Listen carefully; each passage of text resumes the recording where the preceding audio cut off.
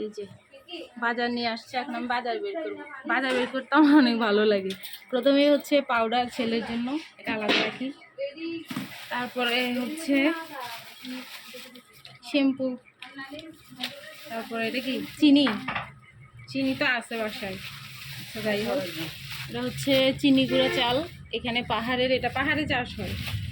আর এটা আমার জন্য পান সুপারি, মার জন্য। তারপরে এখানে আছে শসা, একদম ফ্রেশ, এগুলো এখানকার। আর এটা চাল। আর এখানে আছে কি, এখানে আছে বাবুর জন্য একটা মাছ, ধৈর্য তো নাই, ছিঁড়ে ফেলি। আর হচ্ছে ময়দা, হলুদের গুঁড়া, আর ডিম জালি। আর এখানে কি,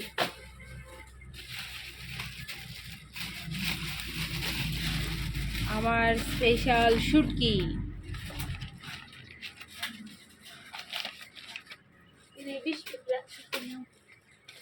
এই যে চিংড়ি শুটকি আনতে বলছিলাম, এটা আমার অনেক ফেভারিট, শুটকিটা আমার অনেক মজা লাগে।